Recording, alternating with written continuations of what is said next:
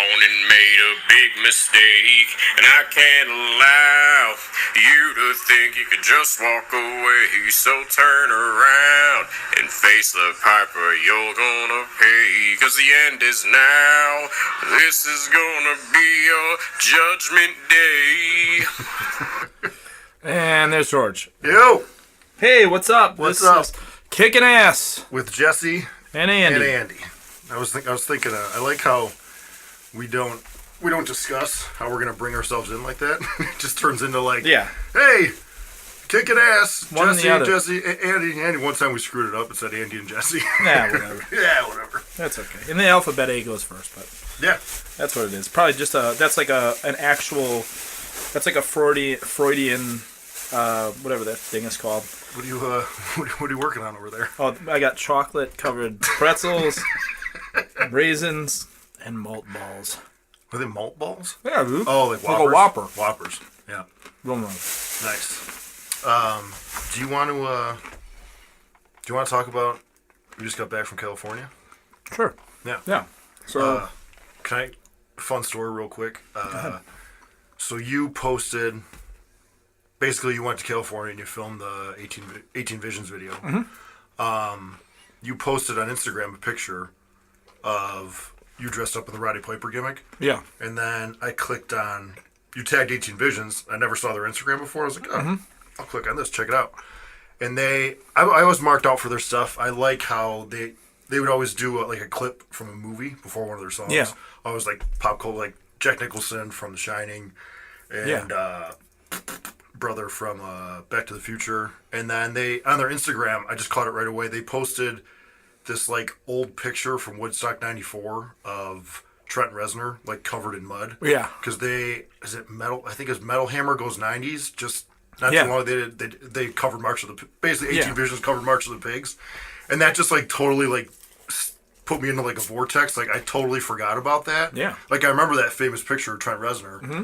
and then because I remember that like being, I don't know, I was a teenager, and because Woodstock '94 was on pay-per-view. Yeah. And I remember watched it. Yeah, I remember like Green Day played, and like everybody threw. I remember hearing like, yeah, Green Day played, and like everybody threw mud at them, and then Nine Inch Nails played at night, and like they just came out like covered in mud, and I thought that was like the fucking coolest thing in the world. And I'm not gonna lie, I've looked it up on YouTube, like their performance like a little over an hour long. Yeah. I've watched it about 4 times in the past 2 days. Okay.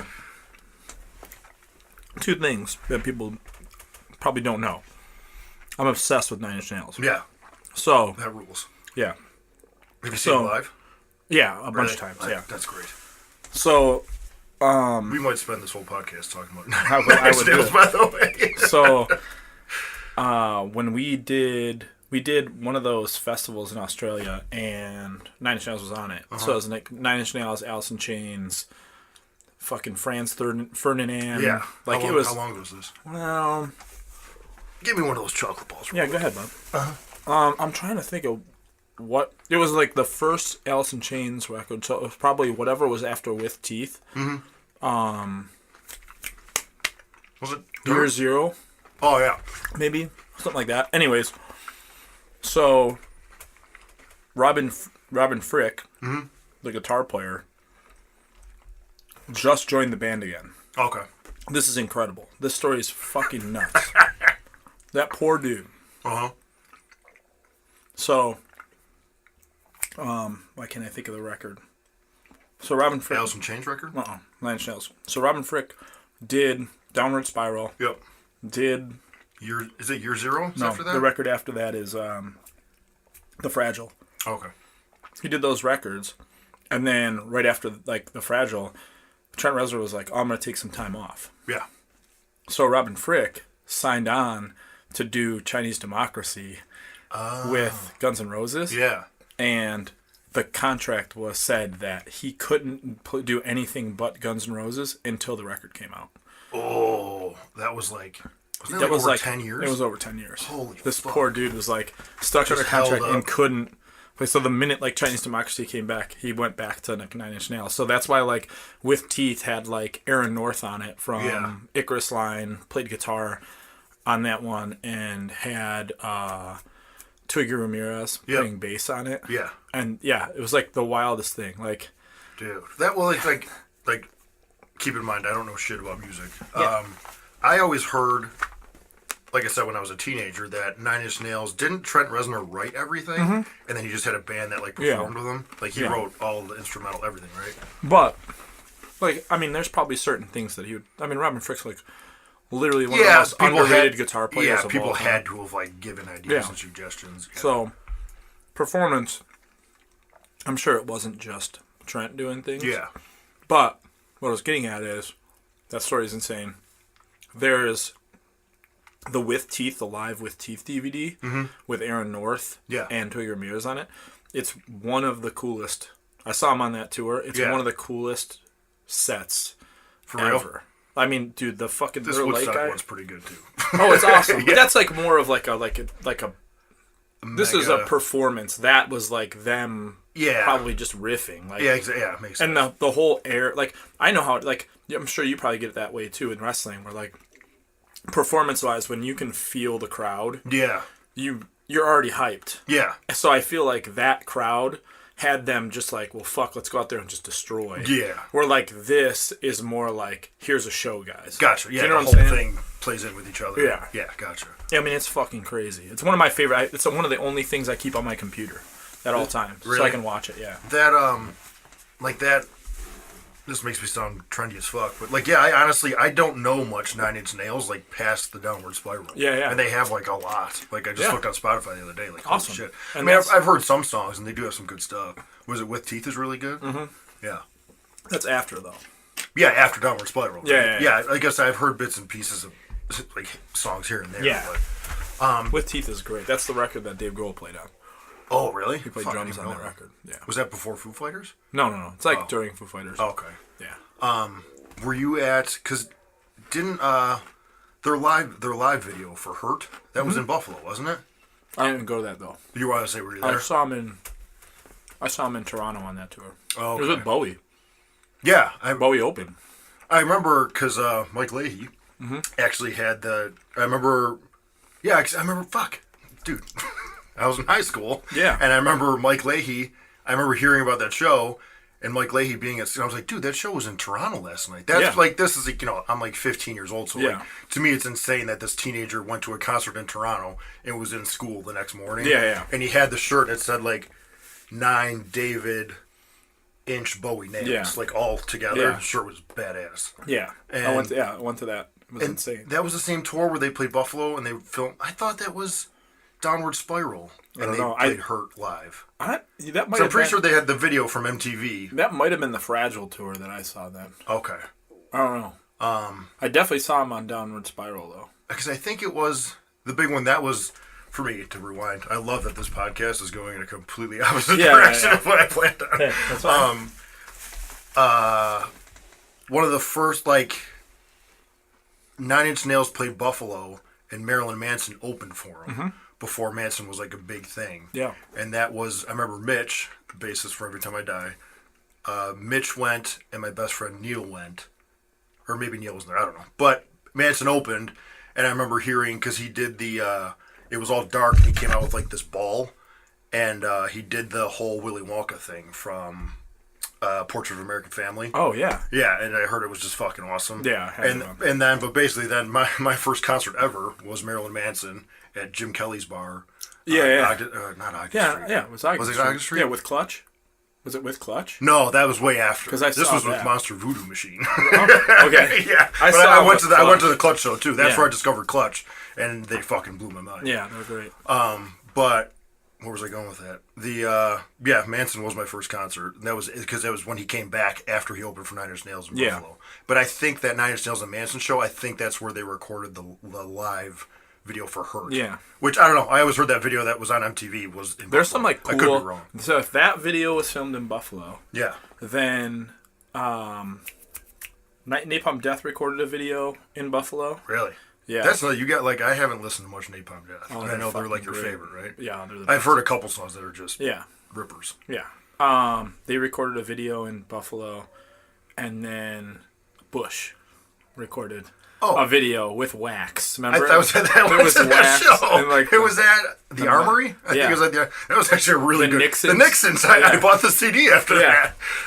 Remember that dude jumped off the fucking PA on nothing. They were super heavy. No one caught him. Yeah, I remember feeling him hit the ground. I was like, probably like 20 yards back, and I felt him hit the ground.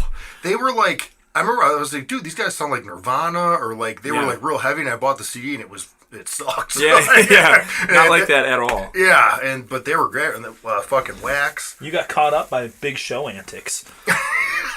That's what it was. Sure did. That's like our dude jumping off the speaker. That's our. That's like our like when you hear like big show antics, it's like us making fun of a band that like. You can see him like looking around, like when like sound checks happening, like what can I climb on? Yeah, to grab people's attention. And then you're just like, come on, man. Yeah, like, that was at the Bush show, Bush, Wax, and Nixon's. Some like random chick that was just like I'm like a skinny nerd. I had like long hair with like the shaved underneath. Yeah, the Newstead. Yeah. Yeah. Call it what it is. Yeah. Or the other Krishna haircut. And I was probably wearing like a Pacific Sun like t-shirt or something like that. Cool. Basically, some chick grabbed me and just started making out with me for like 45 minutes. It was the 90s. And then exactly. I remember she was wearing a tie-dye t-shirt. And then finally I was like, okay, this is enough. And I literally just like, I think, she grabbed me and tried to get me to like walk away. But I think it was like during Bush. So I just like tapped this dude. I mean, it was so packed. I just like tapped this dude and was like, "Hey man, put me up." And I just like crowd surfed away from her to escape. Mine at that show, I did the Conan fucking somersault clothesline to a dude. What, like moshing the Straight up, just boom. It was like a friend of mine, but yeah.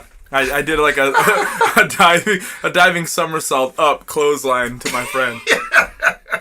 In Buffalo, we used to incorporate wrestling into moshing as much as I remember. Like, during Converge once, I like picked Rat Boy up in Razor's Edge and just threw him across the pit, like, into the other side of the thing. And I remember like after that's how me and Jake Bannon became friends. He came up to me after and was like, "That was fucking awesome." Yeah, that was the Razor's Edge. He was like, "I totally stopped singing because I saw a dude just getting thrown." Yeah, I remember Rat Boy like suplexing me sometimes. Like he would like just suplex me over. Yeah, I think he gave me like the Cactus Jack pile driver once. Just the real quick stuff. Yeah, might as well. Yeah. So we got off track there. I think we were perfectly on track. Yeah.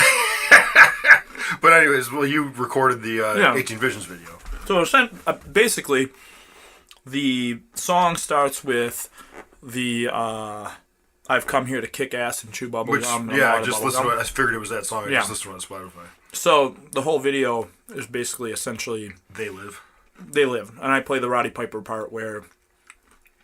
In the beginning, it seems like I'm a conspiracy guy, and I have all these like maps with like yarn going from this place to that place. Yeah. There's guns everywhere. That's great. Your getup was perfect. Mm-hmm. Like the flannel, the bullet straps, sunglasses. Like I went out of my way on that one.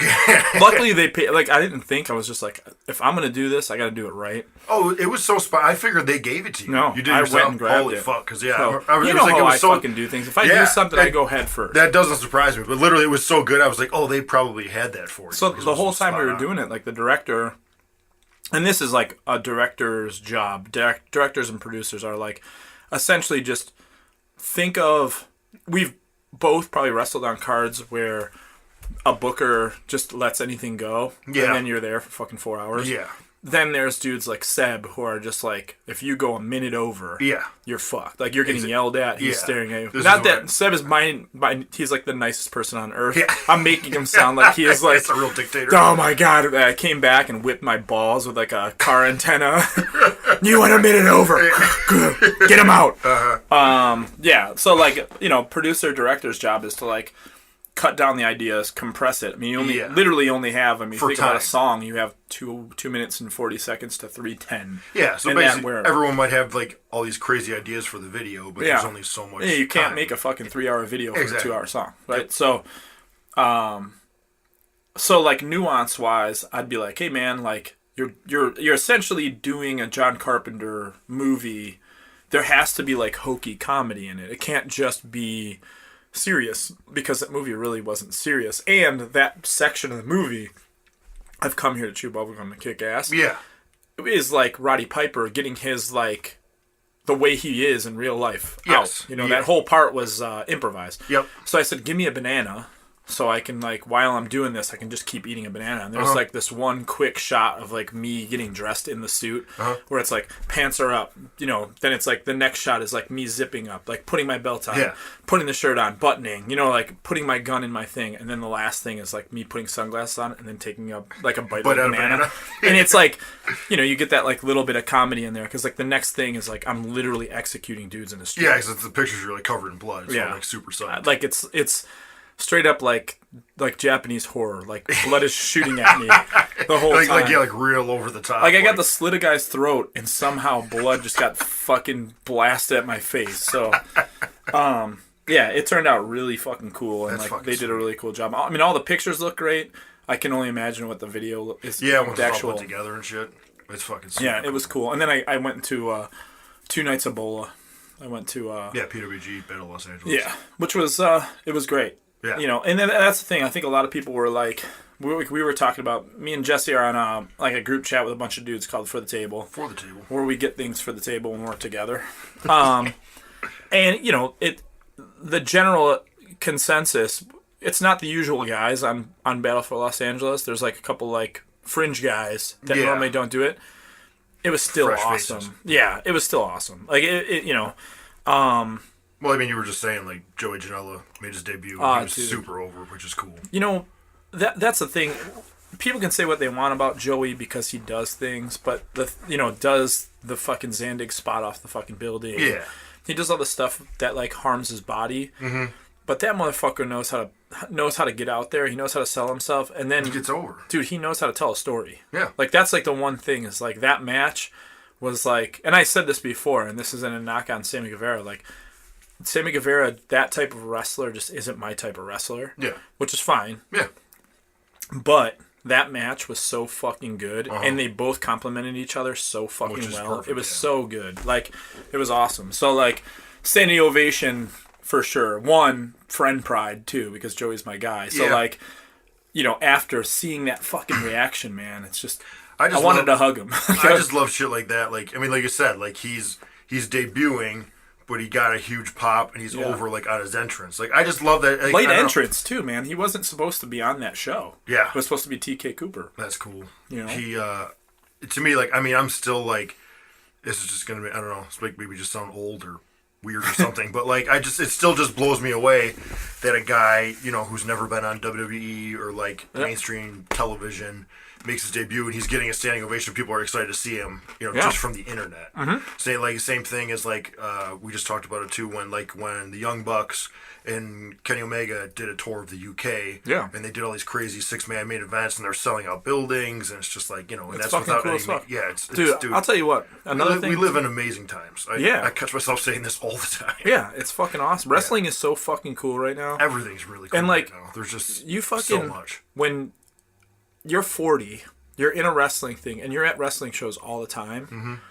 When Kenny Omega comes out, and the fucking place goes fucking apeshit. Yeah. There's no way to not feel that. They just, I don't think we talked about this. Dude, he got a standing ovation when he took his fucking merch down. The first night. Wasn't even wrestling, just had merch there. And, like, he was the last person out, and everybody gave him a fucking ovation. Because the thing is, that's so cool. Arguably, that guy right now is the fucking best wrestler on the earth. You know what I mean? Like, in my opinion, if that guy went to WWE and he went against AJ Styles, fucking, I would watch that match fucking 300 times a year. Yeah, everybody. You know what I mean? Yeah. It's just, I was going to say, they just, like, I just read a statistic, like, Ring of Honor's coming to Buffalo in October. I don't know if it's that show, but this little tour that they have coming up, the only name they announced was Kenny Omega, and, like, the show sold out. Yeah. Like, that's how insane is that? Fucking awesome. Yeah. It's so cool. It's fucking crazy. Yeah. There's, like, I don't know. There's just so much cool shit going on. Yeah. And the thing is, like, you'd think, like, okay, on paper, and I like this. I think we should definitely do a section in this thing just called on paper, where you like say something in context where it's not. You got me hooked. Do you know what I'm saying? Like, so Bola. Here's Bola. Okay. Independent wrestling in a VFW hall that holds 500 people. Yep. Extremely hot. Ticket sales are high. I'm trying to think of what else. Yeah, I see where you're going. No guardrail. Yeah. If the people come over the top rope, they're coming into your laps. Yeah. Your chair might break. No lighting, just house lights. You might be standing. Yeah. PA, not that great. Yeah, on paper. And you put it on paper. Sounds terrible. You know, and you go, you know, Kenny Omega's there, and you're going to go, oh, this guy's going to phone it in. Like and if you put it there on that, you know what I mean? Like, if he was reading that, he never did that before, and he's read that, he'd be like, oh, fuck, I got to do this thing. Like, ugh.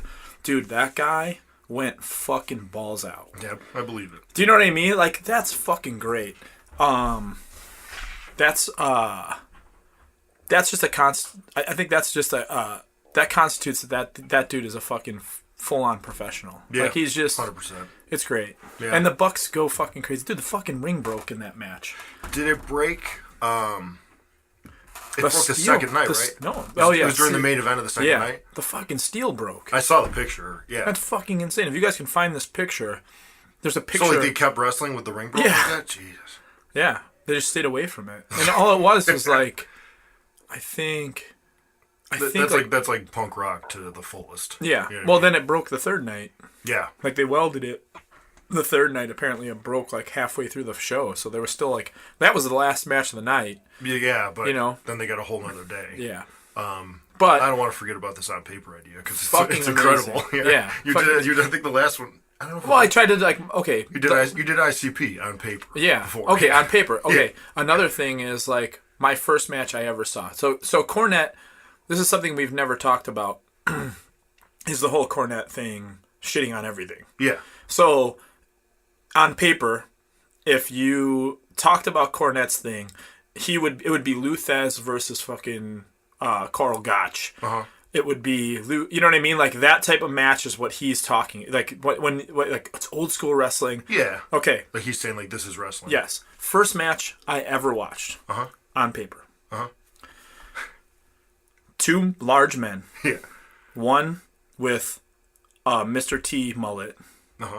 Wearing face paint. Yeah. And another man with side hair. Mohawks, yeah. Yeah, like side by side wearing mohawks. face paint. Wearing leotards. With a man with a mullet with sunglasses on, wearing a velvet jacket, like a satin jacket. Yeah. Against two fat men in neon leotards with mullets. Yeah. And then a man in a ruby jacket holding a tennis racket suspended over a boxing ring on a scaffold. Gotcha. Where on earth is wrestling in that? Yeah, well, like you said, basically that's, what was it, LOD versus... It was the Road Warriors versus Midnight Express. Yeah. And that was when... And Cornette above the ring in a cage. Yeah. No. He was on there. Remember, that's where he fell and he blew his ACLs Oh, yeah. Okay. So, like, this guy is torching every wrestler for doing things like wrestling. Dude, DDT is, like, one of the funnest... One of the funnest things. Yeah. It's like you watch it and it's like... Okay, it's not the G1 climax. You're not watching it for, like, the greatest matches ever. Yeah. You're watching it to get entertained. Yeah. And sometimes a blow-up doll is their champion. It's also, it's in Japan, where they have, like, anime and just different forms of entertainment. You can get panties, used panties. In vending machines. In a vending machine. Yep, and hot and cold coffee and vending machines. And, it's great. Yeah. It's one of the best places on earth. Yeah. So. I'm with you. When he, like, shits on stuff... It just makes me think of that match on paper where it's like there was no holds in that match. There was nothing. There was just punching and then like teasing that dudes were falling off. Like you know what I mean? It's the big blow off. Yeah. Fucking... So like if Lou Thez and fucking dudes like that were watching that match, what were they thinking? Yeah. What the fuck, man? Where is this coming from? Two out of shape guys. It was a scaffold match too, right? Yes. Yeah. It was fucking crazy. But that's what got me to watch wrestling. You know what I mean? Like, Yeah. I was like, whoa, fuck, I'm in. Yeah, like yeah. You know what I mean? So I watched two comic book characters I wish I remember destroy the first dudes match that lived on my street. Yeah. It was awesome. Yeah. And I'm a huge Midnight Express fan, Hooked. by the way. Yeah, just hooked. Yeah. Yeah. There was. I wanted to say, dude, Rob Naylor. Shout out to Rob Naylor. He today, like, you know, he just posts gifs. Yeah. One, he just posts like the coolest shit imaginable, and like From all generations. yeah, all generations, Yeah. all promotions. Like, I mean, I even hit him up like a month ago. Just like, I'm gonna rewind this for a second. I get lost, and like I'm saying, like, there's so much cool shit right now. Like, for me, like, you can literally go on Spotify and like my brain just goes blank because it's like I can listen to anything right now. Yeah. So I can't think of one thing. Dude, I just to put that on, like, I used to like this band from Sweden called Nine. And like, there's no reason why they would be on Spotify. Yeah. So today I just typed in Nine and then went through all the Nines and was like, oh shit, they have their whole catalog on there. It's insane. Yeah, so like, it like, you know, so I have the same problem. Like, I go on like the WWE Network or like YouTube, and it's like, I mean, I can basically almost watch anything. So my brain just goes blank. I can't think of anything, which is not a bad thing. And so I hit up Naylor like a couple weeks ago, and I was just like, hey, dude, like, it's like I want to watch more wrestling. I just, you know what I mean? I just can't think of shit. I was like, dude, just give me like good shit to watch. And he helped me out, and like, dude, like this morning, you know, I randomly woke up eating breakfast and going through Twitter, like, he just posted the fucking coolest shit, fucking the Mountie pile drive Sid, and then like Sid does this like.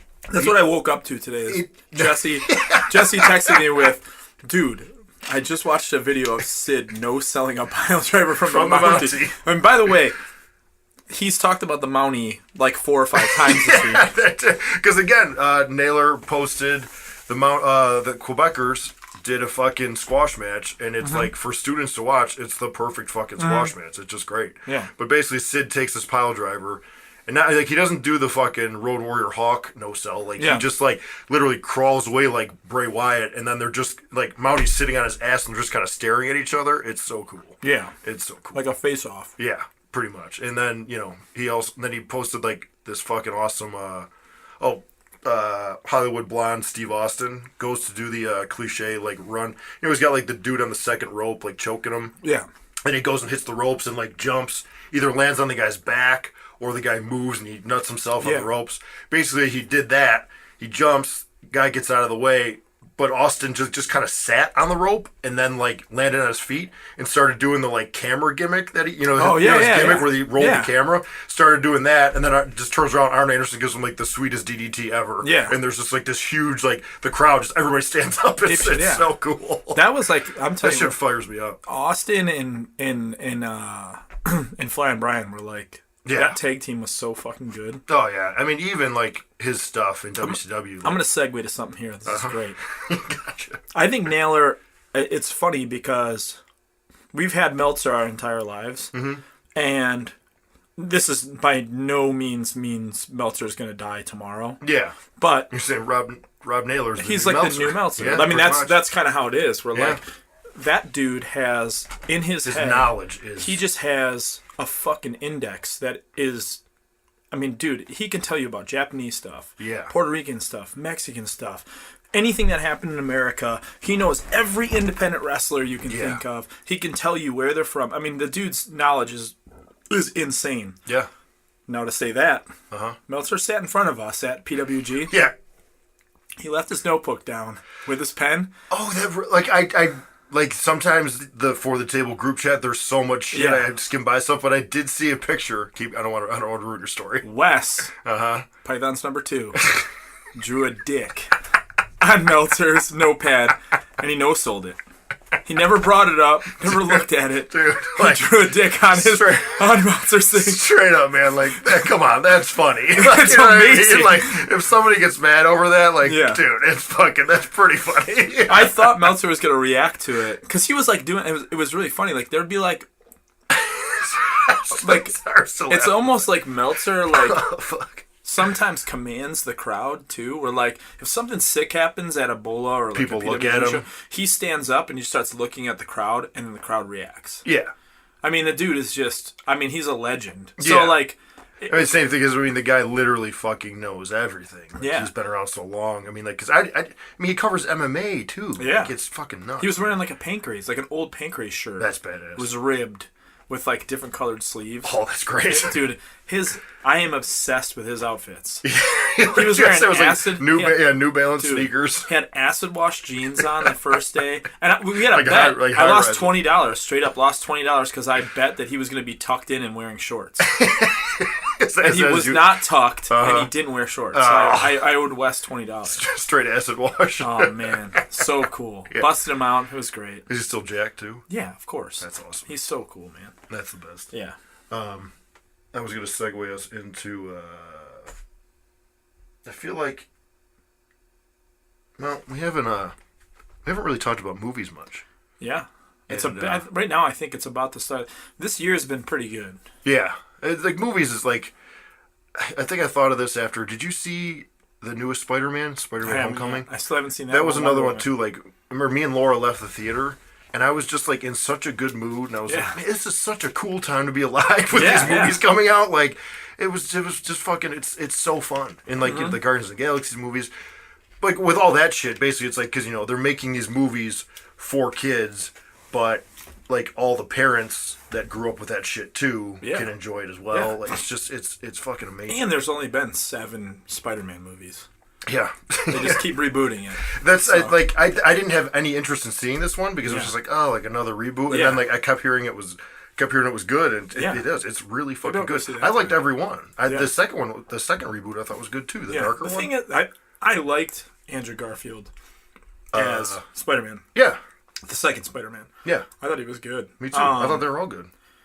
Yeah, I mean, the thing, I think maybe like Marvel were trying to create their own stories based on the stories for people to watch. Yeah. But then they weren't even, it was like Sony owned that or something like that. Yeah, it gets confusing. Now that everything's under Marvel's, most of it's under Marvel's umbrella. Not to cut you off, but like the whole thing of how like, like they basically they signed Ryan Reynolds on as Deadpool, so if there's other movies he has to play Deadpool, or like that's like it's just so cool. Yeah, and I mean that's how it should be. That's how it should be. Yeah, it's just cool that it's actually happening. But yeah, you had that. Like we're Guardians of the Galaxy 2. We're gonna go see the new It tomorrow. Yeah, which like there hasn't been that much hype behind a horror movie in forever. Yeah. Planet of the Apes. War of the Planet of the Apes. Yeah, all 3 of those. I'm trying to think of like what came out this year. Like we just what was it? Me and Laura just saw Atomic Blonde. Yeah. I mean, I went to go see it. Like the action looked really cool, and like the '80s songs, and for that really it's hot. it doesn't hurt. Yeah. And it's just like it's a kick-ass movie with the soundtrack's amazing. Dude, I will almost see anything with James McAvoy in it. Yeah. He's great. Yeah, he's fucking fantastic. Kick-ass.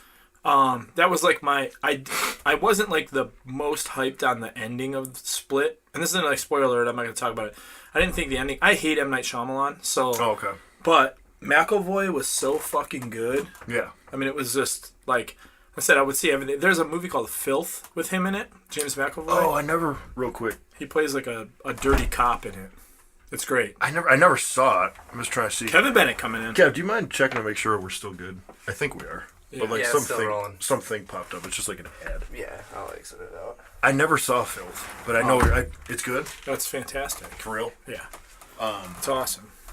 And he's just a fucking dirty ass cop that like fucks hookers and does drugs and starts seeing shit. I never saw it. Yeah, it's really good. And see, there's just so much fucking shit to watch. It's amazing. Well, even so too, like not even going to the movies.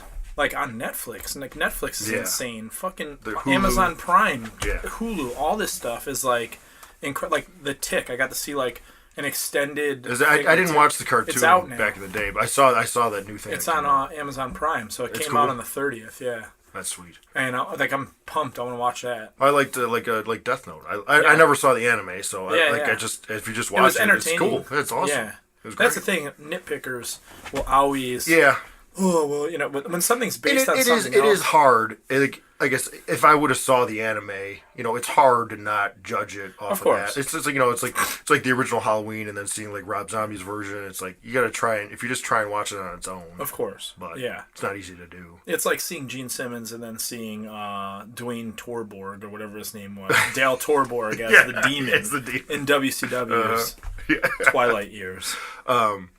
When now trying to think how to segue into this guy. Like you, the big thing I liked when we started talking about movies and shit was like, now you go you go to the movies by yourself a lot. All the time. Which I do too. Yeah. People should definitely go to your Instagram and look for, my favorite is that picture you took. It's like a Wednesday night, you in an empty theater by yourself seeing Bad Moms. Yeah. Yeah. I went and saw Bad Moms. That's like the perfect one because no one will go with you. Yeah, exactly. So if there's even just a tiny bit of interest, which is Mila Kunis. Yeah. I mean, gotcha. That's like sold. Yeah, my all-time favorite girl. Yeah. I'm gonna go see that movie. Uh-huh. You know, even her as a mom, she's fucking hot. Well, like, do you like? I mean, yeah, a lot of people find that, like, especially like I found it this way, like people who have only lived in Buffalo, who've never lived out of state, they find going to the movies by yourself extremely strange. Because I remember, like, when I lived in Cincinnati, I would go do it, and I don't know, for some reason you don't feel that weird because you don't know anybody. Yeah. But it's like to do it in your hometown. I feel like people think it's strange. I don't give a fuck. I prefer to go to the movies by myself. I used to always try to drag a friend. I mean, there would be certain movies I would go see by myself. Yeah. I remember like going to see the first X-Men. I mean, I was so jazzed for the first X-Men. And I didn't, like, Wes was like, I think Wes just started dating Nikki, his ex-wife, at this time when that came out. Yeah. And they, like, straight just caught me coming to the movies by myself. A huge popcorn and a huge drink. Hey, who are you here with? And they're like, oh, that's just me. They were, like, in the same movie? Hey, guys, what's up? Cool. You guys are here, too? I thought maybe you just saw them, like, at the movie theater, but the actual same movie. No. Then, yeah, like right around the time of Captain America was when I realized, like, if a really important movie comes out, I go by myself because then no one else's opinion dictates anything. Yeah. And like I've been waiting for a Captain America movie since I was a child. I mean, the Hasselhoff one as an adult is pretty funny. Yeah. But overall, I needed that movie. Yeah, you were just so hyped. So I bought everyone in the band. We were recording a record at the time. I think we were recording like The Big Dirty. I think maybe. Either The Big Dirty or New Jump Aesthetic. So I was like, guys, I bought everybody tickets. We're all going to see Captain America tonight at midnight. So we're like recording about we go.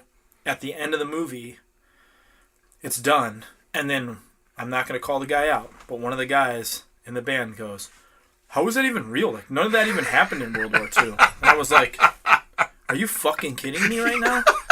And so then, from then on, it was like, fuck this, I'm going by And then straight myself. up, like, Josh Newton just hated it. Yeah. Like, he was just like, that was terrible. And I was like, fuck yeah, man. And then, like, that was like the you know, like, they started teasing shit after the credits. That was like one of the first movies that they started, like, teasing stuff like, after the credits. Yeah. So that's going, and then I have like this couple in front of me just talking shit the whole fucking time. And I was like, I'm done. I'm never going to... that movie, I still have never watched it again because I was so bummed out. We were so ruined. Yeah. It like bummed me out so much because it was just like, blah, back and forth. Keith just kind of did that to me. I was so hyped about War of the Planet of the Apes. Yeah. So I went and saw it. I was like, oh my God, I loved it. And it's like... It's just monkeys beating the shit out of and killing people. Yeah. And like, blah, There's blah. no babyface humans it's amazing. Whatsoever. Yeah. And then, like, Keith went and saw it. Like, we had a day off, and, like, we all went and saw a movie, and he already saw that movie, so he went and saw that. And then after, he was just kind of like, it was okay. And I was like, what? Yeah, I thought we were going to talk about this for half an hour. I had everything I wanted in it. This is different, but when Brock Lesnar fought Randy Couture, I was like super hyped for it, and I had a wrestling show that night, and I really wanted to watch it, and I like at that. I mean, I'm pretty much still the same way. Like MMA is one of those things where like I just want to watch it as a fan. You know what I mean? Like, I don't want to know any, like, ins and outs of it. Because, you know, like, being trained with wrestling, now, obviously, I watch, like, wrestling a different way. I always think of that, too, for, like, actors. You know what I mean? They probably watch movies a different way because they know how things are cut and blah, blah, blah. Like, I just wanted to watch this fight, like, as a fan. I was super hyped on it. Yeah. And I'd worked the show. I worked a show in Rochester, and Cody Deaner was on it. And Deaner was just like this huge like MMA hater. He's like, "It's a work," and blah blah. And I'm like, "Dude, just shut the fuck up. I just want to go to the after party bar, and I want to watch this fight. I just want to enjoy it." Yeah. And he kind of caught on, so he just wanted to fucking ruin the whole thing for me. Yeah. And like, it sucked because before the fight started, he actually called the finish. I can't remember if it ended in 2 or 3 rounds. Yeah. But he's like, they're going to play around for a little bit, and then Lesnar's going to drop him with, like, a weak-ass punch. Because the punch did look kind of weird. He kind of clobbered him on the side of the head. And, like, even, like, the fight starts, like, ding, ding, ding, and, like, they kind of tussle around. And Deer's like, oh, look, they're locking up. They're calling spots. Like, the whole time next to you, I'm just like, fuck, man, shut the fuck up. And then the fact that, like, the finish happened, like he called the round, and, like, he said, I was like, God, to this day, we still goof around about Wes that. is the ultimate hater. You said, yeah, like, he just thinks everything. I don't think I've ever heard him honestly say a fight wasn't a work. Every single fight. You could watch something on World Star and be like, oh, it's a work. Like, just two guys, Why would they? two dudes just throwing punches in a parking lot. Oh, that was a work. Like, what? Nothing's cool. Yeah. I mean, just like, that's the thing. So, like, McGregor, we're a week away from, or a week after McGregor Mayweather. And, like, I mean, it was fun to watch. Honestly, it was super fun to watch. What, either of those guys, what do they have to lose? What does McGregor have to gain from taking a dive in that? Yeah. Millions of dollars. Yeah. But, like, say he put one on Mayweather and knocks Mayweather dead. He's making 10 times more money than what's offered in that fight. Yeah. Because he's going to get more fights out of it. Like, more things are going to come of it. Yeah, I see what you're saying. So why wouldn't Mayweather defend himself and fight for real and bury this dude? Because he's retiring. Yeah. So why would you stop on a loss? You know what I mean? There's a million different Mayweather ways. did exactly what he said he was going to do. Yeah. Let the guy punch himself out. Yep, and then overwhelm him. Yeah. And that's exactly what happened. Exactly. You know? He knows what he's doing. Like, yeah, he's the greatest. I was trying to say that 50 before. for a reason. When this segue is just, we're way off from movies, but who cares? I'm going back. I got to go back to movies too, but I was saying this before. It was like, try to think of the greatest European player right now. At whatever age he is. Wait, like European? Just a European basketball player. Oh, okay. Right now. Oh, sorry, I forgot about that. The basketball part. Yeah. Take the best European basketball player right now. Put him against a 40-year-old Michael Jordan. Yeah. You know what's going to happen? Michael Jordan's going to just overwhelm the fucker. Yeah. And that's it, at 40 years old. Exactly. Doesn't matter because old you are. He's that good. There's certain guys like that. Yeah, Rogan was just talking about something like that recently. Like, there's certain athletes who, like, it doesn't matter what era you throw them into. But with that being said, I thought McGregor did really fucking good. I thought so too. And then, I don't know, like, when I watched it, I was like, man. And then I was reading all this stuff. People were like, oh, his fighting stance was so stupid and blah. And it's just like, man, I don't know. I guess for me, it was like it was really fun to watch, man. It was really fun to watch. And who gives a fuck? Yeah. You know what I mean? Yeah, just watch and enjoy yourself. You had two dudes throwing punches at each other. Yeah. That's what world class athletes. Yeah, and that's what you wanted. You know what I mean? Yeah, and exactly. I just want to rewind to the first time. I remember the first time I ever went to a movie by myself was. This is a whole different story. I'll tell another time. But the first time I ever got booked to go, so it gets a little dark. First time I ever got booked to do a tour of England. At the time, this is like 2007, 2008. I got booked to do a tour of England, which was like a really big deal for me at the time. And then I got denied at the border because they didn't give me a work visa. So I got turned around. Basically, I was like all by myself. Flew to England, got detained. I was put in basically like a cell for like 24 hours, and then I had to fly all the way back home. And then just all this other shit. Like, you know, I was supposed to be in England for like 2 weeks or whatever. Yeah. So I had taken like a 2-week leave of absence from my job. I didn't want to call them and be like, hey, you know, I'm here. Can I come back to work? Like, I didn't want to see anybody. Then I would see people at the gym like, hey, I thought you were in England. And then I got to talk about it. Like, within like the 2 days I was gone, my girlfriend had supposedly like cheated on me. It was like, dude, like the worst of the worst of the worst. Yeah, marked on her calendar. Yeah, it's like I was supposed to be gone for 2 weeks. I was gone for 2 days. What the fuck? So it's just just horror. I remember like I had these really comfortable like red flannel pajama pants. I like planned on. I was like, I'm gonna fucking sit in these pants for a week. I bought a loaf of fucking wheat bread and peanut butter, and I was like, I don't feel like cooking, I don't feel like working out. I'm just gonna fucking eat peanut butter sandwiches when I get hungry. And then I went to go see the Friday the 13th, the remake they did, which I loved. I have a story about that. Yeah, so I went to go. That was the first I went to go see that by myself, and I had a great time. I was super happy I did. Yeah, and I remember the opening scene's amazing, where it's just like the basic kids are like camping. Jason shows up, fucking burns a girl alive, like in a sleeping bag. Exactly what you want. Yeah, and then the fucking dude's like sitting on his ass, like crawling backwards, and Jason, which that was the thing, Jason never ran, and then Jason just ran at him, and like as he hacked him, like Friday the 13th popped up on the screen. I remember I literally like, it was just me in the theater also, by the way, which was perfect. And I like, when that happened, I was like, whoa, I like literally stood up and like looked around, because I was like freaked out, like, what, I thought like someone was going to get me from behind or something. I had a great time. I saw that movie in New Zealand. Yeah. Things I'm afraid of. I don't know if we talked about this yet. Do you know some of my fears? No. They're awful. One's like an animal, I think, right? It's a butterfly. That's not what I was scared thinking. I'm scared of butterflies and moths. Yeah. At PWG, there was some crazy fucking bug flying around and landing on people. And I was trying to be cool. It's a big problem. And my head was on a swivel like the entire time. Yeah. I hate those. I'm like super scared of escalators. That's another one. Yeah. Like, don't like escalators. Heights really aren't my thing. Those are like, gotcha. Those are two of the most things. So we were in New Zealand. And it was me and Josh Newton. We played with Under Oath. And you get in a day early. We had a day to kill. Blah, blah. We decided to go see Friday the 13th. Yeah. And we get in this place. And there is an escalator that goes up 4 flights. And just one continuous escalator, 4 flights of stairs? Yeah, and I think we were like a minute over like what time it was supposed to play. And in some movies, they only show like one preview. Yeah. And then you're like, the movie's on. So we didn't know.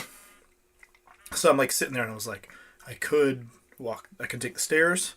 But this monster, I mean, it just went from... It's a lot, From one floor to the fourth. There was no stopping in between. Yeah, no getting off. And dude, I was sweating. I remember I was already scared going into the movie. That's it. That's the story. Yeah. I hate escalators. It's a great way to... And I hate fucking butterflies and moths. So you tackled that fear before you went into Friday the 13th? Dude, I hate it. Because we were just when we were in California, it's like, there was an Adidas store, and if anyone knows me, I'm like obsessed with Adidas. Freak, yeah. I bought a 200. They were originally $400. I bought them for $280. Pair of. Did you show them to me?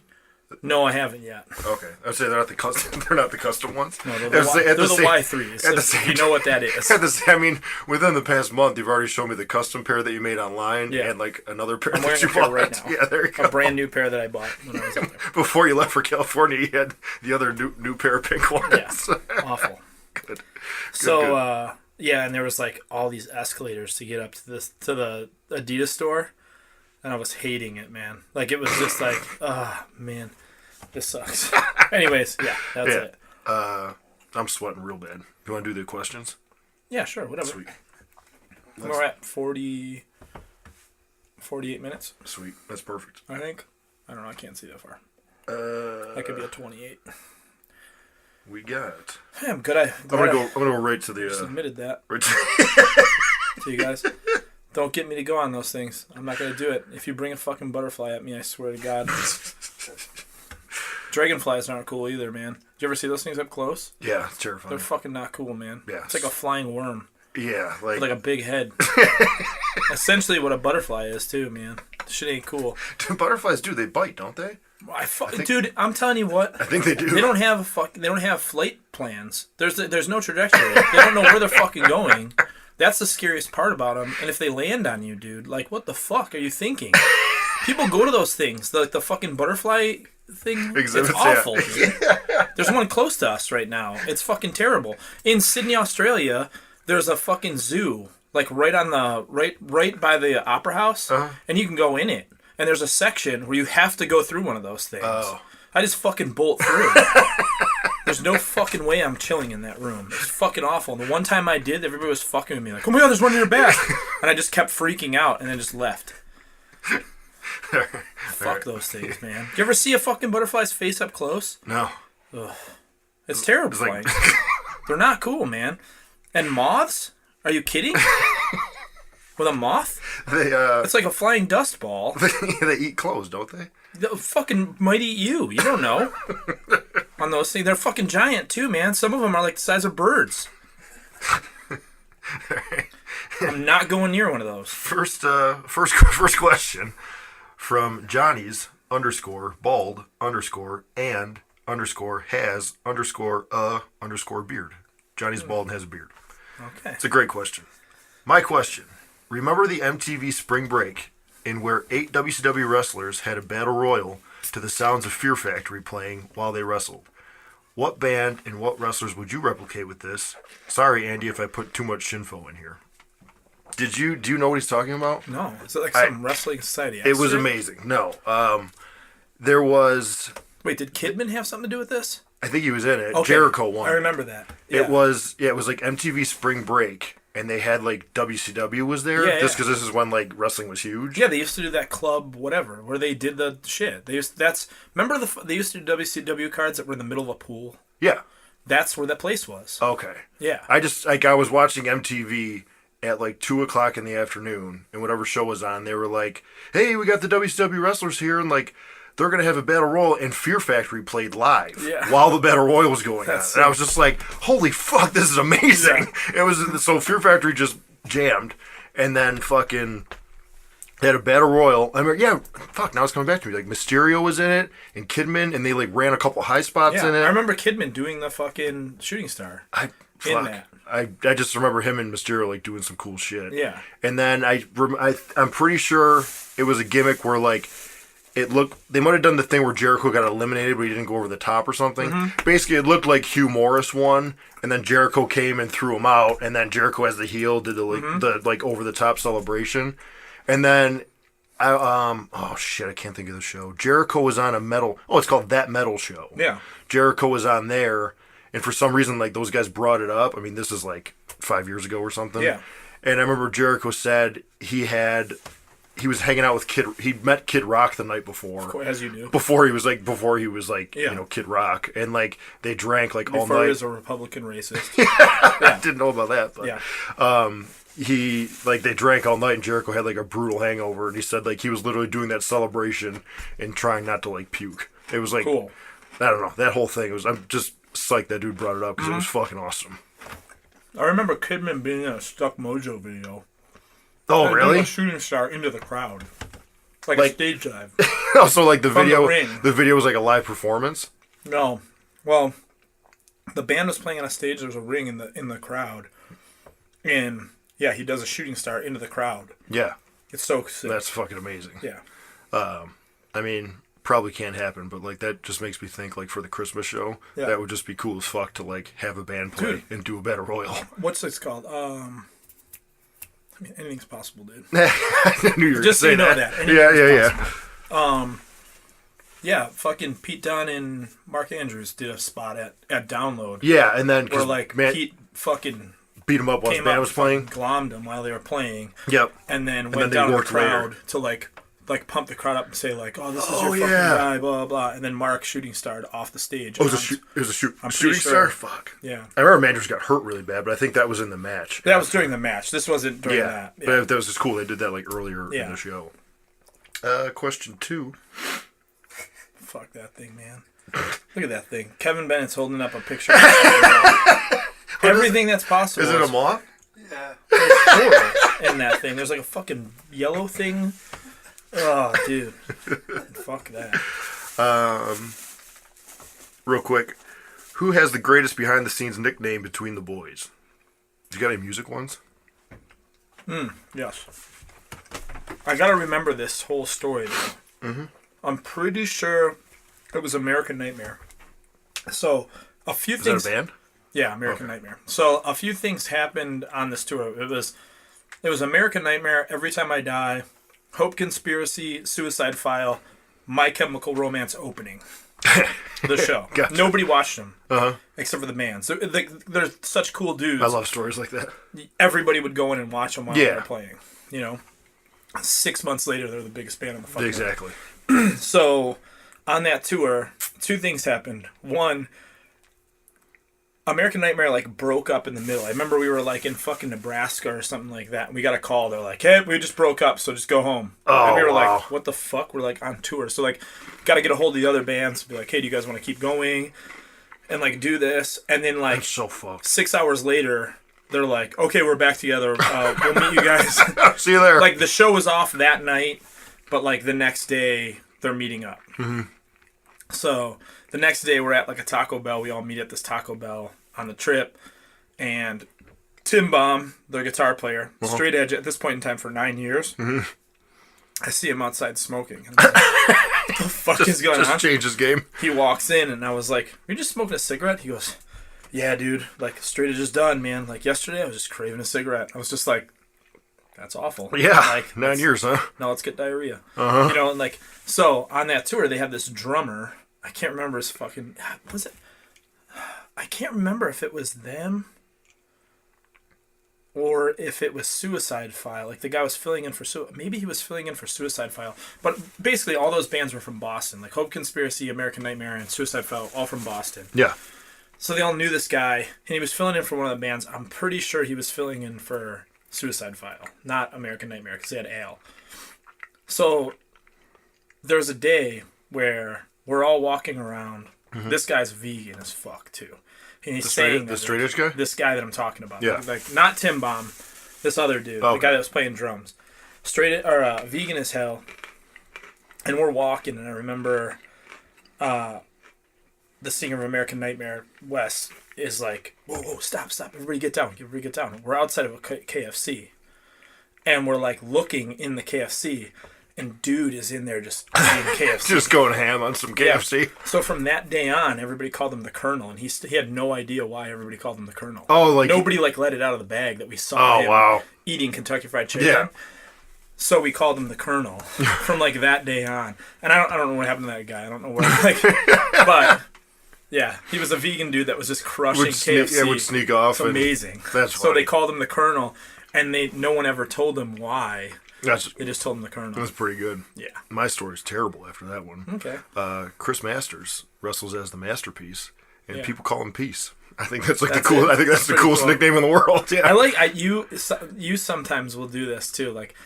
We just did some shows with MVP, and you were just calling him P. I just call him P. Yeah. Yeah. And honestly, that, I don't know if that's his nickname. I don't even. The whole time Honestly, I don't know either. I'm not calling him P. I think that's I'll tell you another it's a good story example about that. Why I don't do that. because Carl, I'm pretty sure. Actually, I think I fucked it up because I've heard Carl Anderson and the guys that MVP was in Japan with. I've heard them refer to him before, and I think they called him V actually. Okay. And then I think I fucked it up, and I was calling him P instead. Yeah. But I just call him You just went with it, and I was like, oh, he's just going with it. Yeah, I didn't I don't know. I don't Okay. I'm not gonna say MVP every time, and I just say P. The reason why I say that is my dad had a friend growing up named Mike Shiraz. Uh-huh. There was no nouns Yeah. in this, or no vowels. Okay. Sorry, in his name. Mm-hmm. It was just Shiraz. Yeah. That guy just lived with us. At one point in time, would sleep on my floor in my room when I was 12. Yeah. And I remember us going to. I remember specifically it was a Payless, a shoe store. Yeah. And I kept going, Mikey, hey, look at this, Mikey, you gotta look at this. And he just grabbed me by the shoulder and goes, listen, kid, my name's fucking Mike, not Mikey. Don't call me Mikey. And from that day on, it was I'm gonna stick with real names. It's actually, you told that story on either episode 2 or 3 or something like that. Yeah. And after you said that, I do that to everybody. I put Y after everybody. Which is cool. Yeah. Just put I just think If you got the balls. I'm trying to think of an example off the top of my head, but there's some grizzled dudes that I do that to, and I'm like, oh wow, I can't believe like that's never happened to me. Like, hey, listen, motherfucker. Yeah, like Drew Stafford, the hockey player. Like he goes by Staffy. Yeah, stuff like that. Yeah, they call me Staff Daddy and stuff. Yeah, yeah, Staff Daddy. Staff Daddy. He's got 2 kids now. He's got 3. He had twins. He's the real daddy. Yeah, yeah. Let's do some more. One more question. Do we get any from the email? Yeah, that's what I'm going to now. Oh. This dude actually wrote us on Instagram and put us over, and then kind of said the same thing here with a question. I was wondering, Sean Cole, I was wondering what clothing brands you think people should be aware of, and maybe a little backstory about them. I'm a huge fan of Violent Gents and rep a lot of their stuff. Any Shinfo on that would be cool. Also, the VG boys will need to make a kickin' ass tease as this podcast takes off. Anyways, I dig what you guys do. Keep it up. Heat's in the ring. That's fucking sweet. Yeah. Real quick, you should probably explain Shinfo, because that's from... Oh, it's one of the DVDs. Yeah, one of the DVDs. So Shinfo is... You ever have someone just rattle off... Okay, so like you could be up and be like, hey man, I gotta go grab my keys. Okay, straight and direct. Or you can long. Or it's like, oh man, I'm gonna open this door. I'm gonna go outside. I don't know. I gotta go to my car, and I don't know. Like, I might be able to. Maybe I'll rummage around or something. But I gotta find my keys. I think my keys are in my car. But like, I might go out there and do that. But I don't know. And then you're just like, okay. I started realizing this too. When calling a match, we always talk about this, where sometimes like a guy will come up with some sort of thing where it's like, I've said this a million times, where like the end thing is he needs you to go in the corner. So instead of just grabbing you and throwing in the corner, he's like, or shoot reverse. Here we go. Like, grab me. I'm going to put you up for a vertical suplex. You're going to like drop out of it. Next thing you know, blah, blah, you're in there, and then you're in the corner. Yeah. And it's like, that was just Shinfo. Yeah. Just grab me and throw me in the corner. Yeah. Or whatever. To kick out and I'll sell to the corner. Yeah. Okay. That's basically Shinfo. Exactly. Just like some guys shitty info. Yeah, just shitty info is what it is. So like, it's just garbage, and like that's. I guess it's just garbage. It's a perfect way to put it. So there's like, we explained Punishers. I don't know if we have on here. I think we did. First episode, I think. I'm pretty sure we did. We talked about punishment. So the best is when you refer to Punishers now and you're like, this guy was Frank Castle. He was the Punisher. He was the Punisher. Anyways. I'm sorry. This isn't me talking shit 'cause he was super nice. Yeah. But I sat next to Ed Powers, which is a fucking at PWG. I sat next to Ed Powers, who was a director of Dirty Debutantes. If you're a pervert, you probably jerked off to Dirty Debutantes, 1 through probably 111 or whatever. Volume 25. But I sat next to that guy, and the whole time I'm like sitting there, and like someone turns around and goes, "You know who that is, right?" I was like, "Yeah, Ed Powers, like Dirty Debutantes." Blah blah blah. The guy was punishing me nonstop, and then actually started talking to me about Biohazard. While he was punishing me, he was like, "Have you ever heard of Biohazard?" And I was like, yeah, actually I have. Biohazard's main theme song is Punishment. Yeah, and he goes, yeah, I directed a movie between he just called him Seinfeld and Tara Patrick. I was like, I've jerked off to that. I figured that's where that was going to go. Yeah. And then I remember turning over to like Morgado and Wes and being like, this guy has the worst shot in porn. Yeah. Like when he comes, dust comes out. Like it just dribbles out. Like his cum shot is like the guy like the kid in Winter when you were growing up that just constantly had snot coming out of his nose. Yeah. That's Ed Powers' cum shot. His blow was just is an 8-year-old's booger terrible. Nose. Yeah. Just a string from the girl's lip to his dick. It was fucking terrible. So I just remember being like, I want to ask him about that. Like, yo, man, when you were like coming, what was going on, man? You're like backed up or something. Oh, fuck. Get a couple pumps in. Drink some water, dude. Shit, what's the fucking... What are those pills called? The one, Ejaculoid. There's ejaculated ball refill. What does it say? What does it say on the bottle? Like explosive loads. It says explosive loads or something like that. Yeah. But you could just buy this at fucking GNC, by the way. I know, but with Wes was like, I remember like in front of his new girlfriend, I like went up. We were at Vitamin Shop, and I was like, oh, I gotta get one more thing, and then as a joke, grabbed Ejaculated and then started taking it. I took it home. Might as well. You bought started it for taking a rip. it and was just, man. Yeah, blowing. What a mess. We got real off topic there. Yeah. Started talking about Punishers. It was like when the Steve Puff dude explodes at the end of Ghostbusters. Ghostmasters.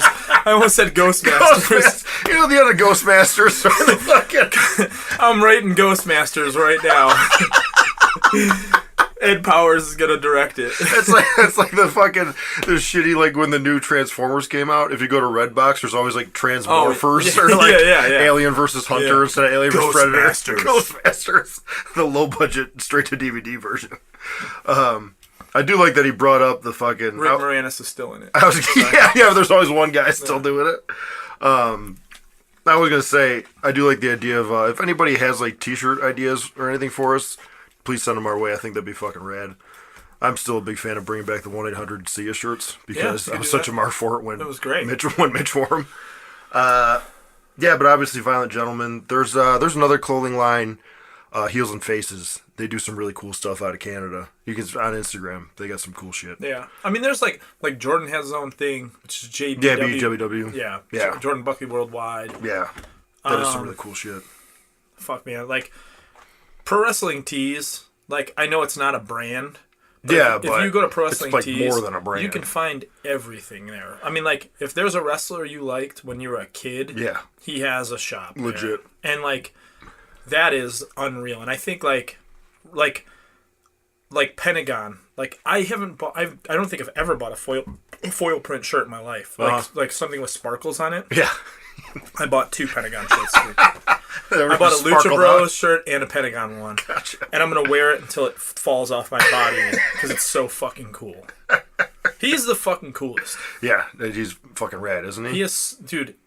I've been a fan for a long time. He's like a guy who I will never get sick of him. I will never get sick of him. This is like one thing that we were talking about a while ago is like sometimes dudes who wrestle just one strict style get too caught up in that style. Yeah. And their matches never I think evolve away from that. That's the whole thing with him is he's a luchador, but he understands everything. American style. He does hardcore stuff. He can do everything. Yeah, which is... And, like, that's... that's forever. That's just been cool. Like, Eddie Kingston was just talking about that recently, how, like, you know, like Triple H over, like, his... You know, he evolved over time, and then when he started doing, you know, he was known as like a classic wrestler, and then when he started doing like the hardcore stuff with Mick Foley, it was like, you know what I mean? It just evolves. Yeah. It's just cool when guys can do shit like that. Yeah. And that's like, I love when, I don't know, like I said, like Pentagon versus like Ricochet is insane, but then Pentagon... Was that a match at Bolo? No, and I'm just saying like, Pentagon versus Ricochet is insane, but then like Pentagon versus Eddie would be fucking great. Exactly. You versus Pentagon was fucking awesome. Yeah. You know what I mean? Yeah, like he can work with anybody. And it's just like, that's the thing, and he just knows, like, he just evolved. It's he knows how to adjust. It's insane. And I think that always says a lot about... But he's always Pentagon. That's what I was getting at. It's like, he's always Pentagon. It's a good way to put it. You know what I mean? Where, like, some guys, it's like, oh, shit. Like, this dude, you could tell he's like a fish out of water. Yeah. Going against a guy where it's like, oh, fuck. You know what I mean? Yep. Where, like, Pentagon's always Pentagon, regardless of who he's wrestling. Yeah. He's definitely one of the guys right now, for sure. I think that's all we got as far as questions. 3 questions. Yeah. That's it. Yeah. 3 questions, guys. Hang on. I am thoroughly disappointed in our listeners. I wonder... Let me dig. I tell you guys, my fear of just trash... You're super... Flying trash. You're super nervous. And now I get 3... You get 3 questions? Oh, wait. When will you be in the Santa Fe Bay Area? From Mark Pagadwan. Sorry if I screwed up your last name, Mark. Which one are you talking about? San Francisco Bay Area. Us? I don't know. Probably Us? either of us. Me? No time soon. I'd love to go to the West Coast. Me too. You guys got nothing coming up tour-wise? No, not in the States. Were you guys going in UK next? Go to Canada. Oh, Canada Do a tour. little Canada, and then we do like all the like states we haven't done yet, like North Carolina. North Carolina. We've never done North Carolina. Yeah. No, North Dakota, South Dakota, Montana. Okay. It's gonna be rad. Gotcha. And that'll be 50. For me. What's that? I played in 50 states. Oh, for real? Yeah. That's fuck. I never. M-Dog does shit like that. A lot of guys, they keep track. I never keep track of that Yeah. shit. I wish I did. Got to, man. Cities and states and stuff. When I went to Metallica headquarters, they have a like a pin map. Of Oh, every place everywhere they've ever been. That's so cool. So cool. Very cool. I'm gonna take my hat off right now and expose Yeah, how you're- sweaty I am. You're disgusting. man. Just, I'm hurting bad. I'm not even that bad right now. Yeah, so I think It's probably because you weren't eating fried chicken. And chocolate covered. Yeah. I mean, we were gonna talk about some food. You rolled in with a huge Here, thing listen, of fried chicken. And we're going to eat right after. I got in at like 6 this morning, so I didn't wake up until like 2 o'clock. Yeah. And Yeah, you're just you're a little off. I'm hungry. I got you. I woke up and just ate 6 hard-boiled eggs. The Wegmans And then ones. got right into 9/11. I watched that Road to 9/11. If anyone's watching or talking about that or thinking about watching that, watch that because it's really good. That's It's fucking awesome. On History Channel. It's not the History Channel. Yeah. Throwing some. What are those things called? I don't know. I don't know. I got What I'm nothing. talking about. There was something I was gonna put over, too. I had it in my mental notes. Was to like just not do fake sponsors, but just like talk about things I like. I bought a inversion board, an inversion table. Oh, an inversion table? Yeah. Did you get like I know there's like shitty ones, And there's nice good ones. Yeah. Yeah. I think the shitty ones it's not worth it. I got the teeter.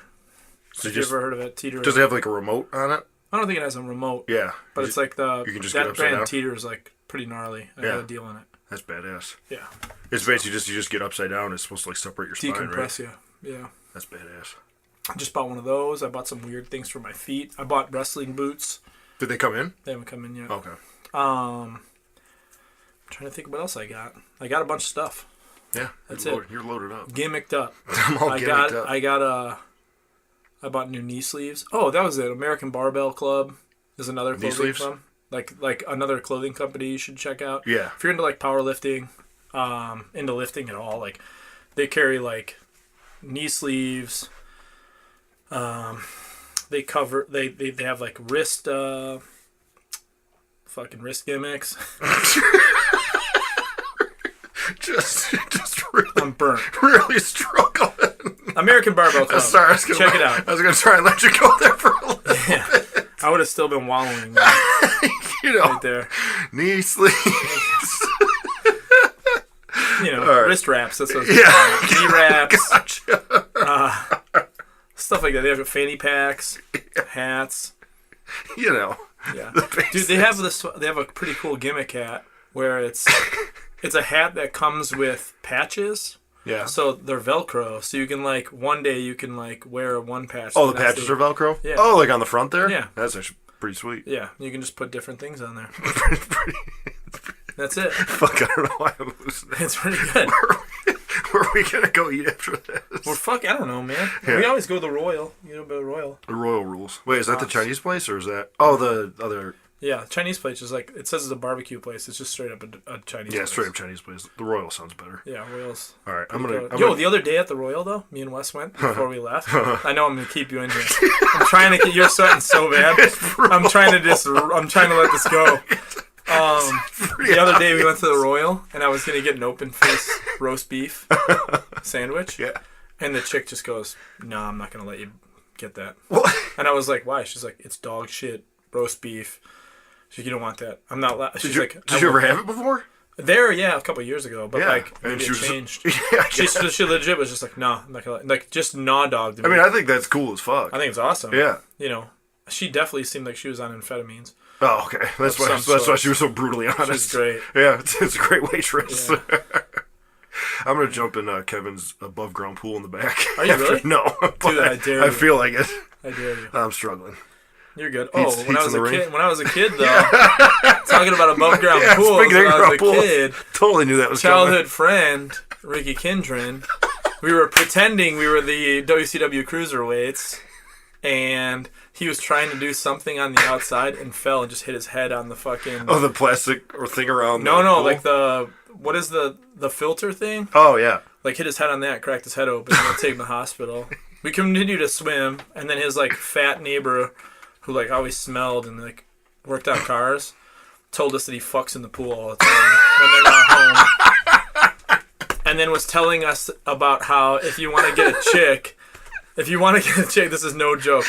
If you want to get chicks, now mind you, this guy was like 400 pounds, not cool looking. Yeah. 400 pounds, drives like a truck that looks like it was put together, piece by piece. That's usually how cars are made. He did it himself. He said, just go to the Peace Bridge, or the Rainbow Bridge, and just get in traffic and just blast Meatloaf. Legit said that. You want to get chicks, just go sit in traffic on the Rainbow Bridge, blasting Meatloaf. The girls will just flock to you. Just come to you. This is like 94, 95. So, were you alive then? A year old. Yeah, you're 1 year I old. was 1 year old. Yeah. Sweet. All right, seriously. But, yo. I'm going to go outside. You hit him with the fucking... He's the reindeer. All right. He's not hurting bad. All right. All right. Hold on. Well, now that I got you guys alone, here's the thing. Jesse pees constantly. If you guys listen to the first one, he peed 3 times in 5 minutes before we started this. And he was sweating immediately. As soon as he got in this room, as soon as his door was shut, he was just leaking. So I'm just going to leave you guys with that. If you guys want to help out Jesse, I don't know if there's a way, but the man sweats a lot. Send him like a sweatband or something like that. All right, as Earl Hebner says, the heat's in the ring, brother.